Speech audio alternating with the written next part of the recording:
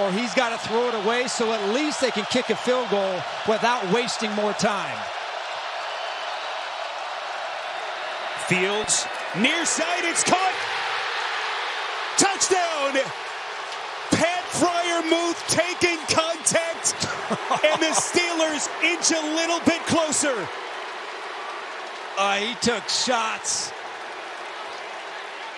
but I think that ball does cross the line before his knee or any part of his body touches the ground. But look at the shots that he takes. He catches that, Spiro. He catches that on almost the 4-yard line and is falling to the ground. How he finds a way to get into the end zone is just incredible.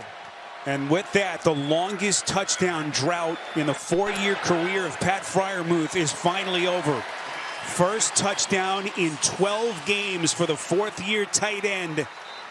And it couldn't have come at a better time for the Steelers. The point after makes it a 3-point game with 3:40 left in regulation. Yep, and what I like here, there's no indecisiveness. Fields know exactly where he's going. He steps, he throws, and Freiermuth is able to do the rest. I got to say, again, after the fumble, how good has Fields been? He has been incredible. Improvising, extending plays, making throws. You've seen him score touchdowns in the red zone. I got to say, it's impressive. His defense, the story all season has been, hey, he's got a great defense. It's been an elite defense.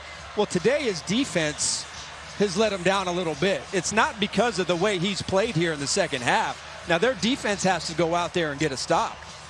And Arch, again, so much talk about some of his shortcomings, the way it went in Chicago, but there's just something about him. He just never gets rattled.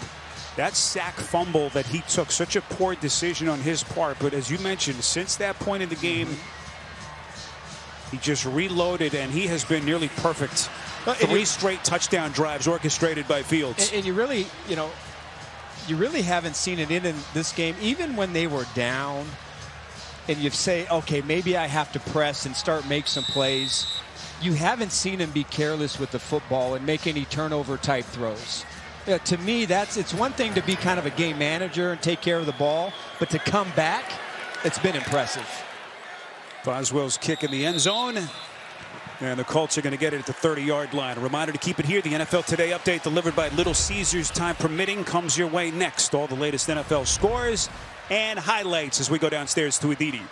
Guys, I watched Jonathan Taylor come out here, get retaped, work on cutting, do some calf raises, but as of now, he is still questionable to return to this game. Boy, potentially big news.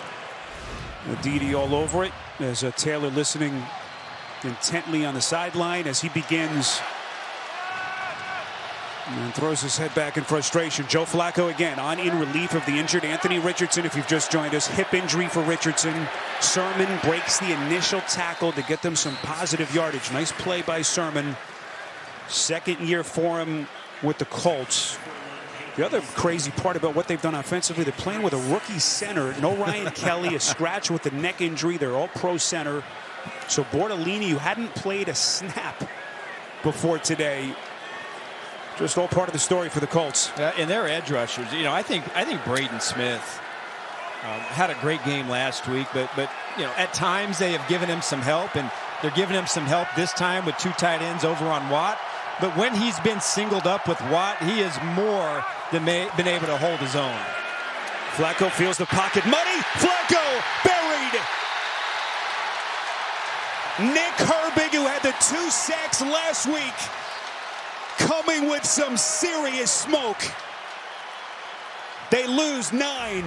Well, it starts inside first with the initial rush by Ogunjobi. And now Flacco, he can't step up in the pocket, and that allows Herbig to get around the edge, retrace his steps, and get Pittsburgh that sack and that play that defense needs. And now you got 2 minutes and 37 seconds. Right now, if you're Indianapolis, you really only have your only choice is to run the football so that Pittsburgh is forced to use their last timeout. But Pittsburgh and Fields is going to be in great shape before the 2-minute warning to try to get this ball back. Tomlin takes his second timeout here, so 1 left, as Arch just alluded to. 2:52 left plus the 2-minute warning. Nick Herbig stepping into the huge void left by the absent Alex Highsmith, who's unavailable today with that groin injury. And as Mike Tomlin said, there isn't anyone in that locker room who isn't excited to see what this kid can do with more opportunities. 3rd and 16. Yeah, you got to be conservative, and you've got to make Pittsburgh take their last time out. Flacco to the air, taking a shot near side, and it's incomplete. Looking in the direction of A.D. Mitchell. Boy, Dante Jackson was in the vicinity, hovering. See, I don't love that play call, Spiro. I know that you have been exceptional, just exceptional on 3rd down, but it's 3rd and 16. I think you got to make Pittsburgh take their last time out. That almost was intercepted. Could you imagine if that ball was intercepted? The risk reward for trying to pick that up, to me, isn't good enough, and you just essentially gave the Pittsburgh Steelers an extra timeout or 40 seconds left on the clock. Arch, it's a great point. Maybe a potential decision by Steichen that will be second-guessed if this thing turns for Pittsburgh. Austin signaling for the over-the-shoulder fair catch as Pittsburgh's defense forces a second 3-and-out, and boy, it couldn't come at a better time. But Justin Fields, again, since the turnover, has been lights out for Pittsburgh. All you can ask from your guy is, when you have to make plays, can you go out there and make plays? He's made great decisions with the football. He hasn't tried to force anything and have the negative play, and he's done everything that they've asked. Run the football, score touchdowns. You need a big shot downfield to George Pickens. Drop that thing in the basket, and now's his chance right now on this drive to really make something happen for he and this football team.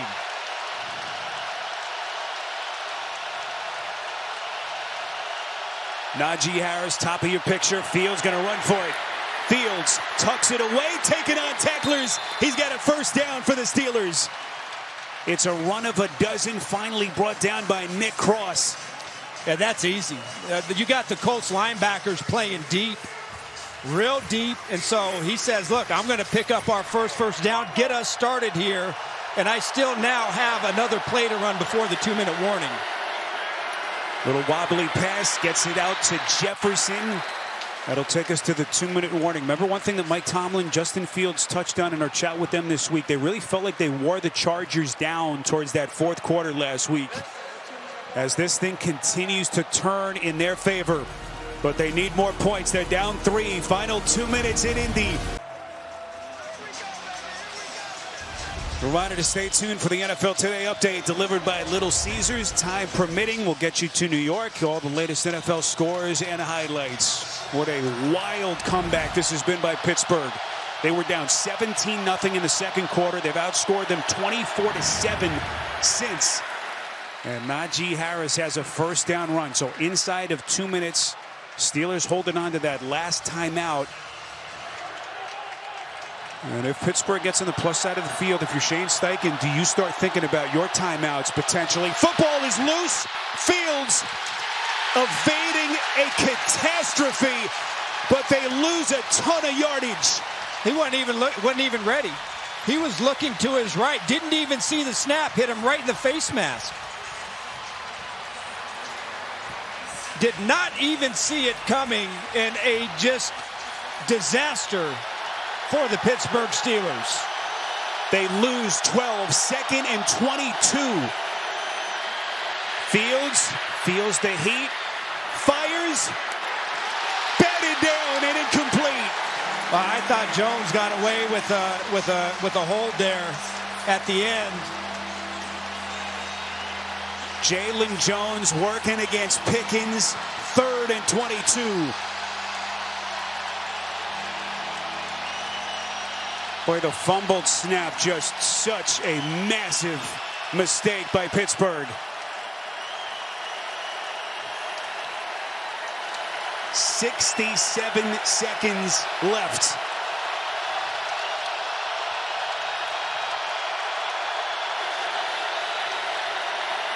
Fields protected, everyone covered, goes to the check, it's Harris. Harris staying in bounds to try to make a play, didn't get out. Oh, disaster. Arch, you got to use the timeout here, don't you? 4th down. I think you got to call your play and you got to run it. You got to save your timeout if you're able to pick it up so you have time to kick a field goal. Here's the game for Pittsburgh. 4th and 10. Fields, can he get it out? He does, and it is incomplete.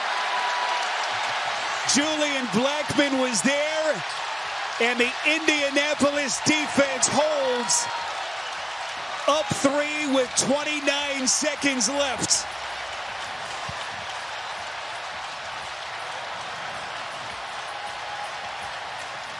Boy, the 2 miscues. First, a fumble. A disaster. And then Harris not able to get out of bounds. You see, he's looking to his right. There's not even in any way ready for that play. And then how you make this mistake, if you're Najee Harris and you don't get out of bounds, now you have to quickly line up and not use your timeout. In a second half, that was just brilliant for this offense. A complete disaster for Mike Tomlin and the Steelers.